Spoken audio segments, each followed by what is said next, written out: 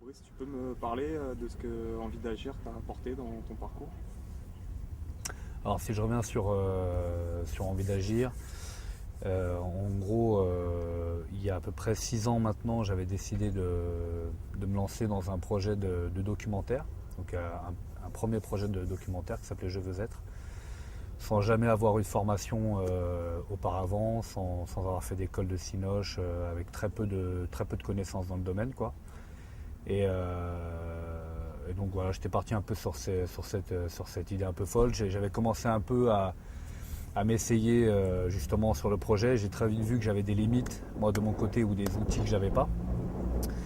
Et un moment un peu de fragilité où je me posais la question de si j'allais continuer ou pas. Après, j'ai décidé d'aller rencontrer des programmes qui pouvaient me filer un coup de main. Donc là, je suis tombé sur un correspondant Envie d'agir qui s'appelait René Trédez, qui s'appelle encore René Trédez, et qui m'a aidé dès le démarrage en fait sur la définition un peu plus du film, sur les différents outils qu'il fallait que j'ai pour pouvoir commencer à le réfléchir et tout ça.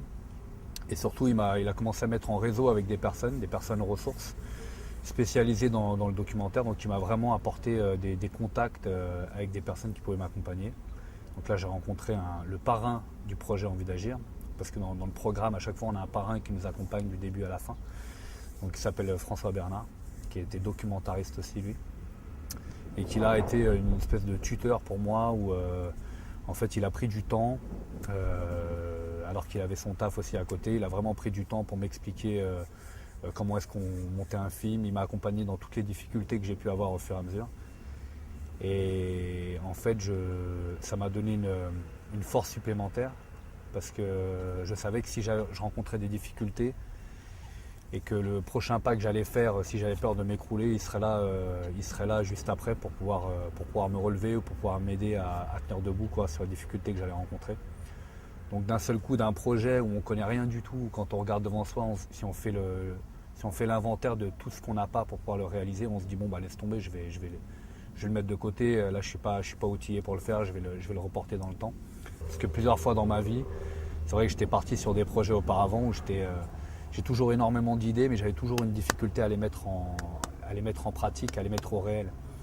Et là d'un seul coup, quand vous savez qu'il y a une personne sur qui vous pouvez vraiment compter, et qui peut prendre de son temps pour pouvoir vous accompagner dans vos difficultés, d'un seul coup, cette réalisation probable, en fait, elle devient réelle. Donc je crois que si j'avais pas rencontré Envie d'agir, le projet aurait été différent. Peut-être qu'il n'aurait pas été au bout. Et surtout, peut-être qu'il n'aurait pas pris autant de place aussi après dans mon parcours de vie et professionnel, dans les orientations que j'ai pu avoir aussi par la suite. Et du coup, aujourd'hui, tu peux me dire pourquoi tu te mobilises contre la suppression du programme Envie d'agir? Ouais. Bah, en fait, moi, il y a un moment donné où quand François Bernard ou René Trédez, enfin les personnes du réseau Envie d'agir m'ont aidé et que j'ai réalisé mon projet, j'étais là à voir et je leur ai dit qu'est-ce que je peux faire pour toi, quoi. Et en fait, eux, en gros, la réponse qui a été la leur, c'est, donc c'était René Trédez qui m'avait accompagné là-dessus. Il m'avait dit, si tu veux vraiment nous rendre quelque chose, il faut que tu le rendes à quelqu'un d'autre et pas à nous-mêmes. Donc l'association que tu as créée, ce qu'on te propose, c'est d'accompagner des jeunes à ton tour, des jeunes qui veulent monter des projets, et le temps qu'on t'a accordé ou les outils qu'on t'a transmis, transmets-le à d'autres, quoi. Et donc du coup, avec l'association Innovaction, maintenant qui a 5 ans, ça fait 5 ans qu'on fait de l'accompagnement de projet. Et puis là récemment, on a mis en place une dynamique, donc une espèce de dispositif d'accompagnement qui s'appelle les chercheurs de projet et qui consiste à aider les jeunes qui sont, on va dire, les plus fragilisés ou qui ont les moins d'opportunités de monter leur projet, à les accompagner de l'élaboration de l'idée jusqu'à la réalisation du projet. Ce que je réalise aujourd'hui, c'est que ce qu'on m'a transmis, j'ai envie de le transmettre à mon tour. Que ce soit Ali, Hicham, Fadima ou Béné ou les chercheurs de projet en règle générale, je sais qu'ils sont dans cette optique-là de vouloir transmettre ce qu'on leur a transmis un jour. Et je me dis qu'alors qu'on est sur cette dynamique positive, où on commence à avoir des bons résultats, où il y a des jeunes qui se mobilisent, où on arrive à accompagner des jeunes, parce qu'on avait le soutien d'Envie d'agir derrière et des personnes vraiment qui nous soutenaient, d'un seul coup tout ça s'est remis en question. Donc nous, ça nous fragilise aussi en tant qu'accompagnateurs. Parce que si on n'est pas certain d'avoir un appui des institutions derrière, des gens qui pourront être là dès le démarrage jusqu'au bout, jusqu'au financement, jusqu'à la mise en réseau, à trouver des contacts aussi avec des partenaires et tout ça, si on n'a pas la certitude qu'on peut avoir des partenaires comme ça à nos côtés, c'est difficile pour nous de s'engager vers les jeunes. On ne peut pas promettre quelque chose aux jeunes qu'on ne peut pas nous promettre à nous non plus. Et en fait, Envie d'agir, la relation de proximité qu'on a réussi à développer avec le temps, c'est ça qui nous a importé. C'est un lien de confiance où on se dit, on peut s'engager vis-à-vis des jeunes, parce qu'à un moment donné, on sait que ça pourra aller au bout aussi, parce qu'il y a des gens qui font partie des institutions, donc qui nous soutiennent derrière. Et donc là, ce que je me dis, c'est que quand on voit que lorsqu'on accompagne une seule personne, ce que ça peut arriver à engendrer derrière, c'est-à-dire moi, on m'a aidé à un moment donné comme ça, parce qu'on croyait en mon projet, et puis des gens qui aimaient, qui prenaient du plaisir à aider les autres à monter leur projet. On a aidé une personne, et quand on voit ce que ça mobilise derrière, c'est-à-dire ce que la personne après peut arriver à créer comme dynamique, à engranger comme dynamique avec elle, et quand on sait qu'Envie d'agir, il y a 2000 projets qui s'aident par an, on imagine mal de voir le programme supprimé et toutes les choses à côté desquelles on passerait, toutes les initiatives, toute la dynamique locale, tout ce qui pourrait se créer sans justement une aide appuyée des institutions, quoi. En 2005, je crois que c'est 2005 où ça brûlait de tous les côtés, où la police, pour un prétexte quelconque, prenait les jeunes et les enfermait. Moi, j'ai décidé à ce moment-là de partir.